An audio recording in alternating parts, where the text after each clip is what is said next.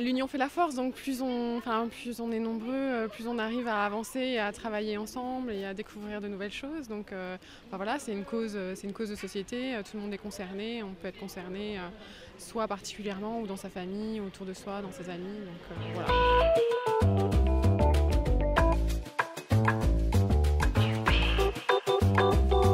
Sensibilisation, mobilisation, c'est deux mots d'ordre indispensables dans les maladies rares.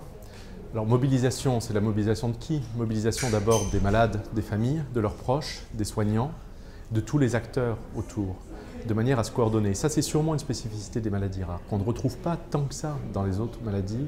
Donc mobilisation des acteurs, mobilisation en France, mais mobilisation internationale, et sensibilisation. Sensibilisation parce que s'il n'y a pas prise de conscience dans l'opinion publique que les maladies rares représentent un enjeu pour les malades et un enjeu de politique publique, eh bien on n'arrivera à rien.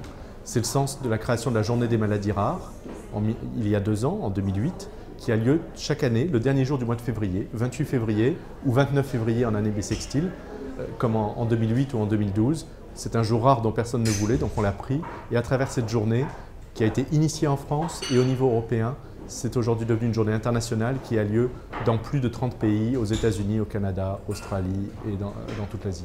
La mobilisation, c'est aussi la mobilisation des ressources, c'est-à-dire à la fois mobiliser les ressources existantes dans les budgets publics ou dans les budgets des compagnies pharmaceutiques, par exemple, pour les orienter vers les recherches plus spécifiques autour des maladies rares.